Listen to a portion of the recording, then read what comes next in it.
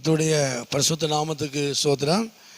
இந்த தினத்துக்கான தேவனுடைய வார்த்தையானது 2 சாமுவேல் 7ஆம் அதிகாரத்தில் 26ஆம் வசனத்தில் அந்த கடைசி பகுதியில் வாசிக்கும் பொழுது, உம்முடைய நாமம் என்றென்றைக்கும் மகிமைப்படுவதாக, உமது அடியானாகிய தாவீதின் வீடு உமக்கு முன்பாக நிலை நிற்பதாக என்று சொல்லி பார்க்குறோம்.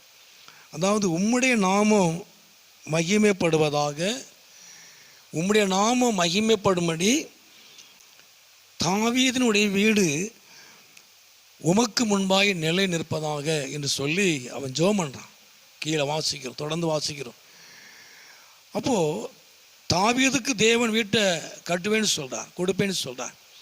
இப்போ தாவீதுக்கு கொடுக்குற வீடு அது எப்படின்னு சொல்கிறான், நீர் கொடுக்குற வீடு, நீர் அடியானுக்கு கொடுக்குற வீடு உங்களுடைய நாமத்தின் மகிமைக்காக அது எந்தெண்டைக்கு நிலைத்து நிற்கணும் அப்படின்னு சொல்கிறான்.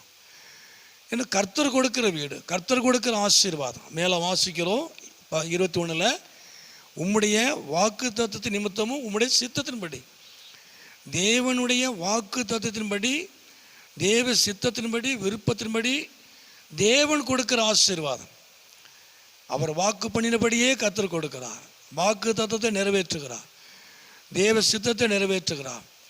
அப்போ தேவன் வாக்கு தத்துவத்தின்படியே கொடுக்குற ஆசீர்வாதம், தேவ சித்தத்தின்படி கொடுக்குற ஆசீர்வாதம் அது எப்படி இருக்கணுமா, கர்த்தருடைய நாமம் மகிமைப்படும்படி அது நிலைத்து நிற்கணும் அப்படின்னு ஜெபம் பண்ணுறான்.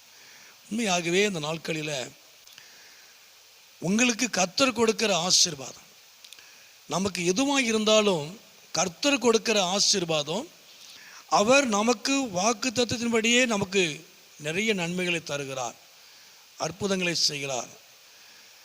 அவர் சித்தத்தின்படி அவர் நமக்கு எவ்வளவோ நன்மைகளை செய்கிறார், ஆசீர்வாதங்களை தருகிறார்.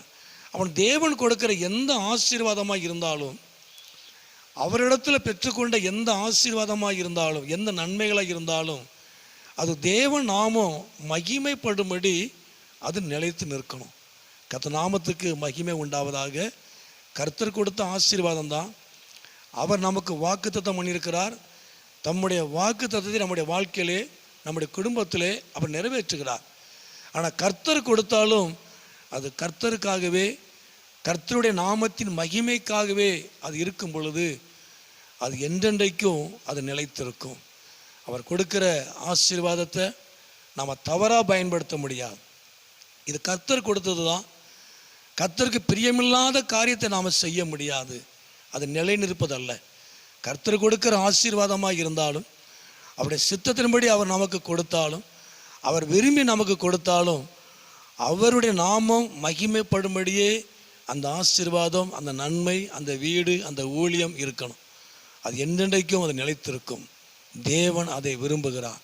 உண்மையாகவே அந்த நாட்களில் கர்த்தர் உங்களுக்கு கொடுக்கிற ஆசீர்வாதம், கர்த்தர் உங்களுக்கு அநேக நன்மைகளை அவர் கொடுத்திருக்கலாம், விரும்பி கொடுப்பார், அவர் சித்தத்தின்படியே கொடுப்பார், அவர் வாக்கு பண்ணினபடியே கொடுப்பார். ஆனால் அந்த தேவன் கொடுக்கிற ஆசீர்வாத நன்மை கர்த்தருடைய நாமம் மகிமைப்படும்படியாய் அது கர்த்தருக்கு முன்பாக இருக்கும் பொழுது தேவன் மகிமைப்படுவார்.